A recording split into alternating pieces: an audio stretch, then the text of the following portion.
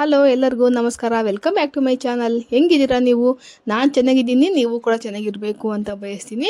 ಇವತ್ತು ನಾನು ಬೆಳಿಗ್ಗೆ ಎದ್ದು ಟಿಫನ್ ಏನು ಮಾಡಬೇಕು ಅಂತ ಯೋಚನೆ ಮಾಡ್ತಾಯಿದ್ರೆ ನನ್ನ ಮಗನೇ ಇವತ್ತೇನಾದರೂ ಒಂದು ರೈಸ್ ಐಟಮ್ ಮಾಡ್ತೀನಿ ತಡಿ ನಾನೇ ಅಂತಂದು ಅವನೇ ಟ್ರೈ ಮಾಡ್ತಾ ಇದ್ದಾನೆ. ನಾನಿಲ್ಲಿ ಫಸ್ಟು ಸ್ವಲ್ಪ ಎಣ್ಣೆ ಹಾಕ್ಬಿಟ್ಟು ಒಂದು ಚಮಚದಷ್ಟು ಉದ್ದಿನಬೇಳೆ, ಒಂದು ಸ್ವಲ್ಪ ಕೊಬ್ಬರಿ, ಖಾರಕ್ಕೆ ತಕ್ಕಷ್ಟು ಒಣಮೆಣ್ಸಿನ್ಕಾಯಿ ಹಾಕಿ ಇದನ್ನ ಲೋ ಫ್ಲೇಮಲ್ಲಿ ಫಸ್ಟು ಚೆನ್ನಾಗಿ ರೋಸ್ಟ್ ಮಾಡ್ಕೊಳ್ಬೇಕು.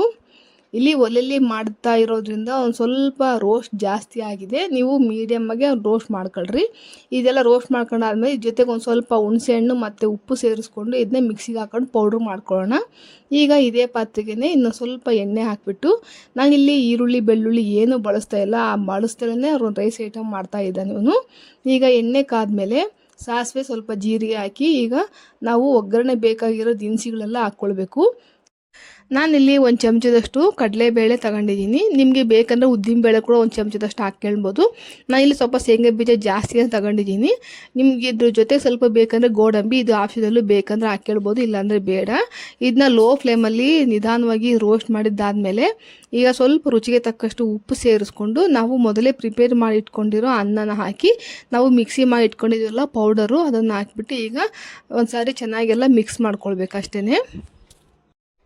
ಈ ಥರ ಪೌಡರ್ನ ನೀವು ಒಂದು ಸಾರಿ ಮಾಡಿಟ್ಕೊಂಡು ಫ್ರಿಜ್ಜಲ್ಲ ಹೊರಗಡೆ ಇಟ್ಕೊಂಡ್ರೂ ಕೂಡ ಸುಮಾರು ಒಂದು ತಿಂಗಳು ತನಕ ಸ್ಟೋರ್ ಮಾಡಿ ಇಟ್ಕೊಳ್ಬೋದು. ಅಂದರೆ ಹುಡುಗರಿಗೆ ಲಂಚ್ ಬಾಕ್ಸು ಮತ್ತು ದೊಡ್ಡವ್ರು ಬೇಕಿದ್ರು ತುಂಬ ಇಷ್ಟಪಟ್ಟೆ ತಿಂತಾರೆ, ಭಾಳ ರುಚಿಯಾಗಿರುತ್ತೆ. ಯಾವಾಗಲೂ ಚಿತ್ರಾನ್ನ, ಪುಳಿಯೋಗರೆ ಒಂದೇ ಥರ ತಿಂದು ಬೇಜಾರಾಗಿತ್ತು ಅಂತಂದರೆ ಒಂದು ಸಾರಿ ಇದನ್ನು ಟ್ರೈ ಮಾಡಿ ನೋಡಿ, ಭಾಳ ಚೆನ್ನಾಗಿರುತ್ತೆ.